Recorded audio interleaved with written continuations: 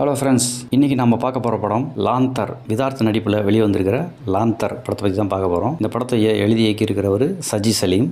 விதார்த் முதல் முறையாக police role எடுத்து பண்ணியிருக்காரு. இவர் வழக்கமாக பார்த்தீங்கன்னா கதை தேர்வில் கரெக்டாக பண்ணக்கூடியவர். அப்படி இருக்கிற முதல் முறையாக ஒரு போலீஸ் கேரக்டர் எடுத்து பண்ணியிருக்காரு. இந்த படம் பார்த்தீங்கன்னா ஒரு சீரியல் கில்லரை ஒரு நைட்டுக்குள்ளே பிடிக்கக்கூடிய கதை தான் இந்த படத்தோட கதை.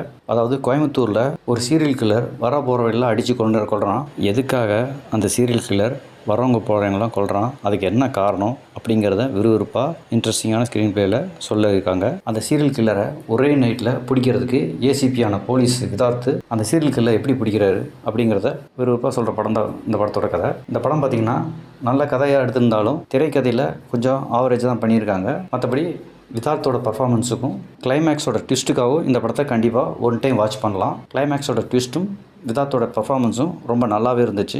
த்ரில்லர் விரும்புகிறவங்களுக்கு இந்த படத்தை நான் சஜஸ்ட் பண்ணுறேன். தியேட்டரில் ஓடிட்டுருக்கு. இந்த படத்தை போய் பாருங்கள்.